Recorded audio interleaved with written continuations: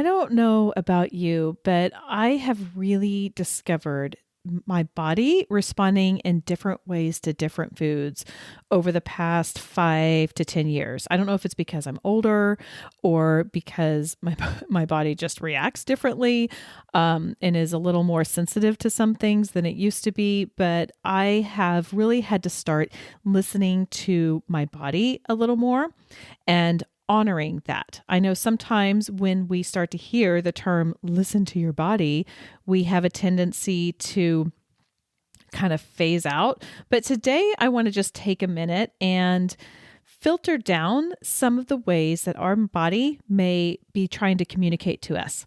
So stay tuned.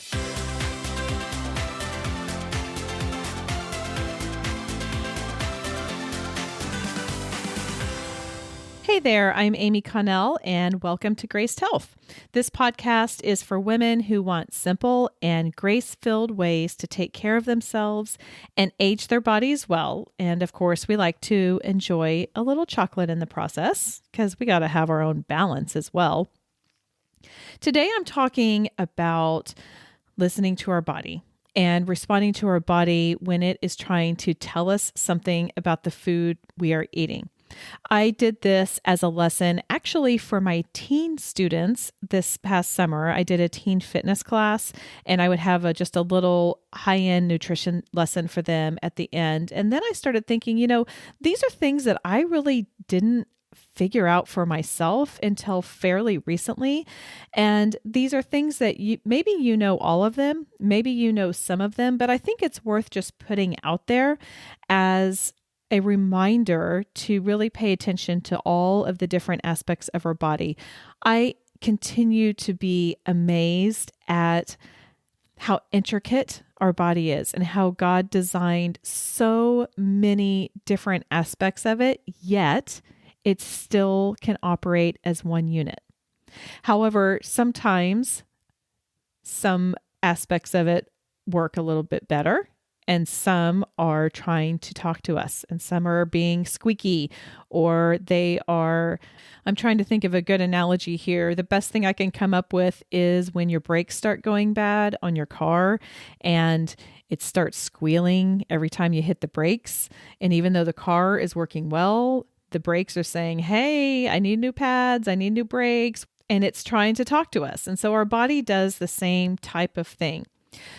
About 10 years ago, my body went through just this wild and wacky shift. I sound like an SNL skit on there, wild and wacky, but it really did. Like all of a sudden I had a million different things. I felt like I had a lot of different things wrong with me. Like my blood pressure all of a sudden was high. I had dental issues. I had to have a root canal.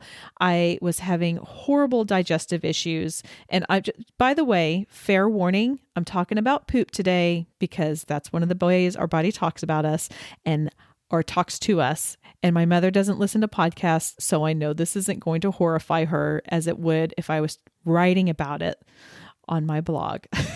So if you know my mom, don't tell her I'm talking about poop. Anyway, I had terrible allergies. I had all kinds of things going on. I ended up having some food allergy testing. And while none of them were terrible, my allergist, whom I adore and who has really helped one of my sons with bad eczema and my other one with some other allergies, he's doing this little skin prick test on my back.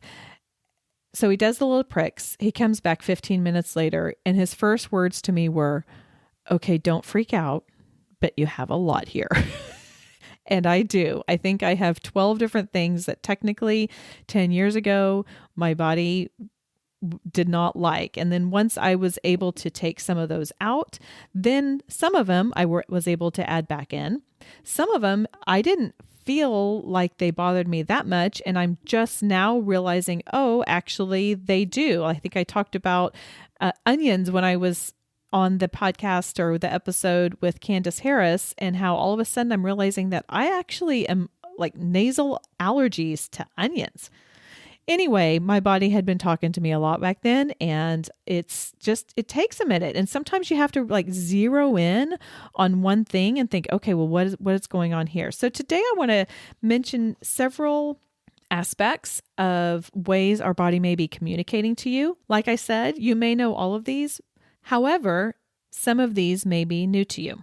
Let's go ahead and dig in. Now, these are in no particular order. These are just points that I had when I was talking with my teens, and we'll just go through these. So maybe I can get it together and actually number them for you.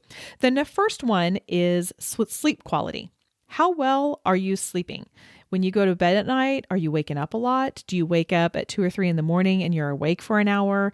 Is it hard for you to fall asleep? I mean, yes, it can be hard for us to get up in the mornings, but is it abnormally hard? So kind of take an inventory of how well you are sleeping. Number 2, a puffy face. There are foods I eat that I can totally pinpoint the next day. I'm like, oh yeah, body, sorry. I'm really sorry about that. One of them is pizza. I had kind of mostly stay away from gluten as much as possible without being fussy about it. I also have issues with dairy, digestive issues. We'll talk about that in a minute. Combine those together with a whole bunch of salty processed meat, and my face the next morning, like the circumference is probably an inch wider. I mean, it is just as puffy as can be. So, those might be things that might be saying, hey, I've had too much salt. I've had things that are making me a little inflamed. I can't really give a prescription for every single one of them, but if you wake up and your face is all puffy, that doesn't happen when you have broccoli. More than likely, I'm just saying. Number 3, body aches. I can tell you that when I start eating a lot of inflammatory foods, I think I've mentioned this before, I will really start having, my hip starts aching really badly. My feet start getting inflamed. The plantar fasciitis starts to flare up a little bit. And, it's just, everything is just kind of inflamed. And so everything's not moving as well as it wants to because it's somewhat inhibited. So how is everything feeling? Like, how are your joints feeling? How do your knees feel when you sit down? Now, obviously, that might be an orthopedic issue. I'm not a doctor. I should have said that at the beginning. You guys know this. I'm not a registered dietitian. I'm not a nutritionist. I'm not a doctor. All the things of a legal disclaimer, but these are things that I think might be able to help you with that. So how are your body aches? How are your body pains? Do they ebb and flow? Do they hurt sometimes, but not hurt sometimes? If so, that might be a food-related issue rather than, say, an orthopedic issue or a medical issue. Number 4, how is your fitness performance or your athletic performance? Now, we all have good days and bad days. I mean, for the runners out there, I mean, you have a good run and you have a bad run, and sometimes you have no idea why. It's just the way that it works. But there are times that we can start to look at things and say, oh my gosh, I had maybe too much wine last night, or maybe I've had too much sugar or refined foods or whatever. And I'm not running like I normally do. I'm not running as fast, or I'm not able to do as many burpees because we all love burpees. I like burpees. Do you? I have a client who hates them. Anyway, whatever it is, like if you can't do what you can normally do, it's worth a question. Why not? And maybe it's just a fluke, and maybe it's because of fueling. I really notice this, the flip side. So when I have been fueling really well, and for some reason, I feel like sweet potatoes are like the secret sauce for me. If I am eating a lot of sweet potatoes and I'm running a lot, that makes a huge difference. And I run so well. I don't know what it is. I should probably look it up, but that's just something that I have noticed. My body likes sweet potatoes. Eat them when you run, Amy. Number 5, a foggy brain. Like, how clear are you thinking? I mean, I am foggy in the morning until I've had my coffee. And I admit I have kind of slowly crept into having probably one more cup than I should. I like to stop at 2, and I've been having 3. It's probably a little bit more than I need, but foggy for a little bit is fine, but if you're just continually not thinking well, it might be that you're not giving your body the nutrients it needs for the synapses to work and for everything to get where it needs to go and to be clear-headed. So give that a consideration. Number 6, gassiness. Okay, this is where we get into the point where I'm glad that my mom doesn't listen to these things.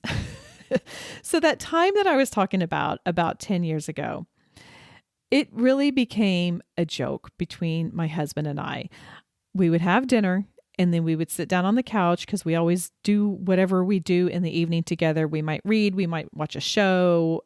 By the way, For All Mankind, that show, oh my gosh, it's so good. So is The Morning Show. I'm getting off track. If you're on Apple TV, those are 2 that are definitely worth the investment. Anyway, we would sit down on our couch and, settle into the evening, and the gas was so bad. And so he would laugh. He was very sweet and he didn't like turn his nose up too much at me. But every night I'd be like, I don't know what the deal is. I don't know what the deal is. And that was just the running thing. Like every night, I don't know what the deal was. And then I was really, really gassy. It turned out the deal was I was eating a lot of dairy and my body didn't like it. And I think I was probably eating some other things. Now it's been long enough that I can't really remember. But I'm not going to blame foggy brain for that. But anyway, I think the deal was I was just eating some things that my body didn't like. And that was one way that it was trying to tell me. So that actually moves into number 7, which is your waste, your poop. Full disclosure, I have 2 teenage boys and a husband. And guess who gets the biggest kick out of potty humor in the house? It's not them. I don't know why, but I have the worst potty humor here. So I have no problem talking about poop. You can hit the little forward button for 30 seconds or a minute if you want, if you don't want to hear about it. But it's worth listening to. And this is why. When you poop, that's your body saying if you have had enough fluids, because if you are plopping into the toilet, then you're dehydrated. It means that your waste has been sitting in your digestive system maybe a little too long, or it hasn't had enough fluid to push things along and it's gotten dry. And so it's harder to get out. I remember years ago watching Dr. Oz. It might have been when he was on Oprah. It was that long ago. And he said it needs to be S-shaped. Now, TMI, I don't know that I have S-shaped poops, but you just want to have a nice, good poop. And on and off, it shouldn't be a big ordeal. It shouldn't take you 30 minutes in the morning. I mean, unless like that's your hiding place and you just want to sit there for a little bit and do whatever it is on your phone. I mean, let's be honest, everybody's on their phone in the bathroom. But if it's taking you 30 minutes, something is wrong. You want to have a nice, clean, solid poop, not the little nuggets. I think that's what my friend Candace calls them. Not just the little plops, but a good solid. And this was my problem, not goose poop either. Not something that looks like you got a bottle of ketchup and squeezed it into the toilet and that it's, different colors. But you don't want that consistency either. That was what my body was doing to me. And I was like, this is not right. This is not normal. It's not S-shaped. So take note of your waste and what it's doing. And then that you might be able to tell, okay, I'm eating something weird, or I'm not getting enough hydration or water. Those are things to take note of. Okay, I'm going to get off the bathroom humor stuff. We'll move on. I could talk about poop all day though. I will say that. Number 8, energy. Now, we all know this. I don't need to spend a lot of time on it, but how is your energy? I have talked on here that I've been kind of changing up a little bit of it's how I eat, what I eat a little bit, but I have noticed that when I kind of delay that first meal of the day until 11 a.m. or so, and this is just me. I'm not saying this is how it should be for everybody, but for some reason that really increases my energy. I don't know why. I'm not wise enough to know why, but I don't feel that lull at 2 p.m. like I used to. I mean, it used to be that I had to take a nap, like a 20-minute nap every day, and I don't have to do that anymore. So for whatever reason, my body's responding well to delaying that first meal until very late morning. Number 9, how are your cravings? There's an old, I don't know if it's a wives' tale or not, but where you're going to be craving the things that your body is missing, like craving the nutrients that your body is really needing. And I think to some extent that's true, but also to another extent, it's not, because our body does get addicted to the things that maybe it doesn't need very much of. It gets addicted to the sugar. It gets addicted to, processed food and the white stuff, right? Like the white flour and the white sugar and the, all of the white foods. And so I don't think that it's really fair to say, well, I'm craving a cookie, so my body must really need a cookie.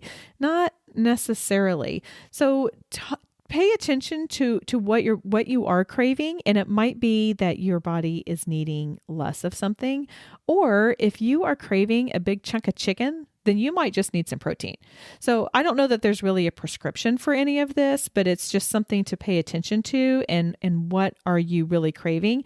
And if you don't know what you're craving, but you're just needing something, try just having a big glass of water and wait 15 minutes and see what that does for you.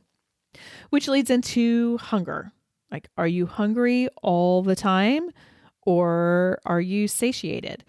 One of the things that I have really liked about delaying that first meal is I'm really getting like a full day's worth of calories in 8 hours. Sometimes it's less. So I'm consuming 1,800 calories in 8 hours.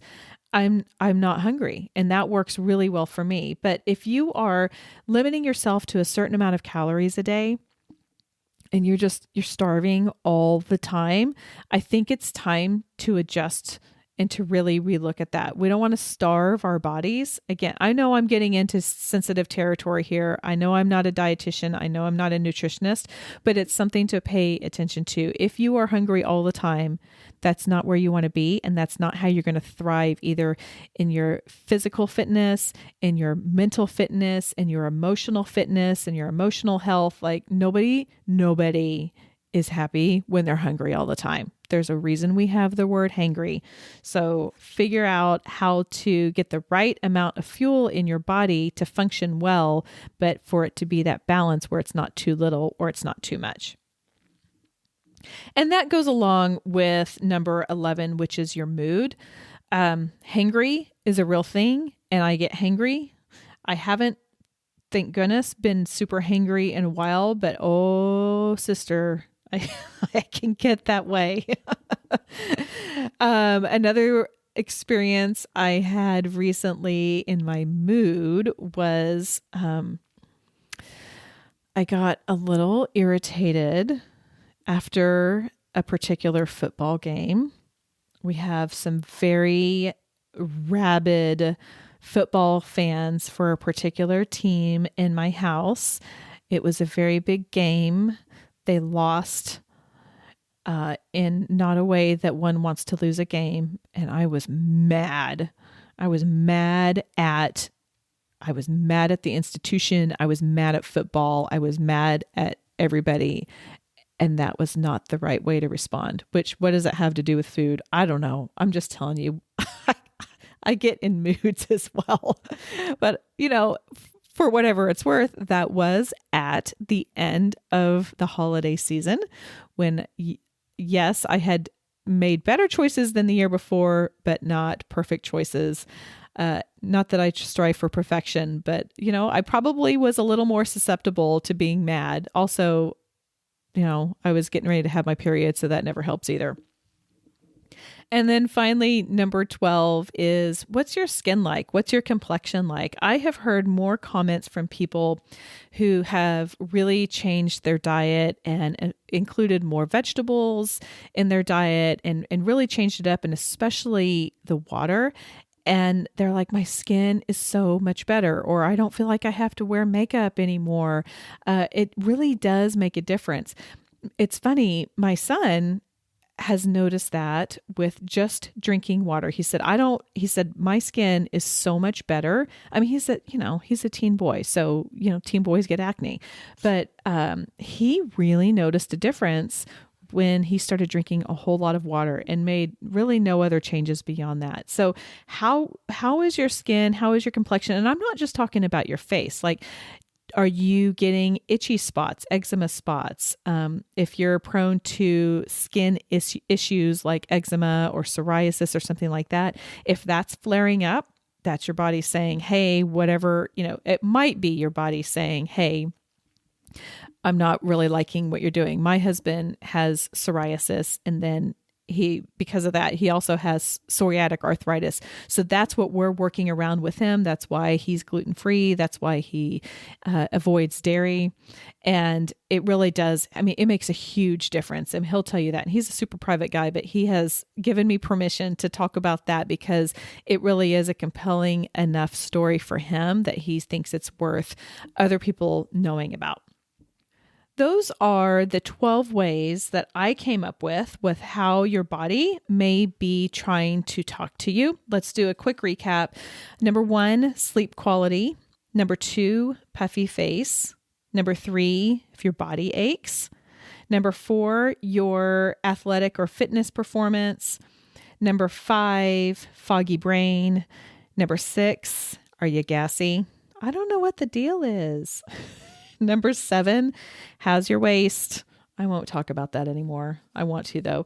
Number 9, no, that was number 7. Number 8, energy. How's your energy? Number 9, what are your cravings like? Number 10, what's your hunger like? Are you hungry all the time?